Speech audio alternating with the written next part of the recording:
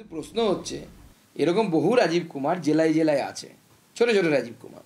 এই ছোট ছোট রাজীব কুমারগুলোকেও সরাতে হবে যদি নির্বিঘ্নে ভোট করাতে হয়। তো অনেক জেলাতে আছে, মেদিনীপুরে আছে, আমার জেলাতেও পুলিশকে অন্যরকম দেখতে পাচ্ছি, এখন পাখা গজিয়েছে দেখতে পাচ্ছি।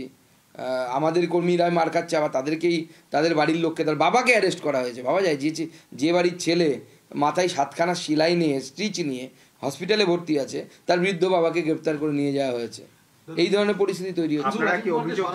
রাজীব কুমারকে নির্বাচনী প্রক্রিয়া থেকে সরানো হলো, নির্বাচনের কাজে তিনি আর যুক্ত পারবেন না? না, ওনাকে নির্বাচনের কাজে রাখাই উচিত না, কারণ উনি হচ্ছেন সেই সমস্ত পুলিশ অফিসারদের মতো যারা সুযোগ পেলে পরেই তৃণমূলের ঝান্ডা ধরে ভোটে দাঁড়িয়ে যাবেন। রাজীব কুমার যদি বাঙালি হতেন প্রসূন ব্যানার্জির মতো, তাহলে পরে ভোটেই দাঁড়াতেন। তো বাঙালি নয়, ভোটে দাঁড়াতে পারবেন কোথায় পারবেন না, সেই জন্য একটু দনমনা করছেন। শুধু রাজীব কুমার নয়, রাজ্যের আইজিকেও সরানো হয়েছে একইভাবে। দেখুন, এই আইজি থেকে শুরু করে তারাই হয় পশ্চিমবঙ্গে আইজি।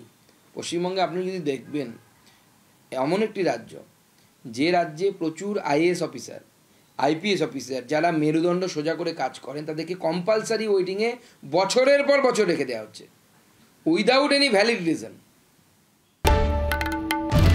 বাংলার আওয়াজ, বাঙালির আবেগ, জি 24 ঘন্টা।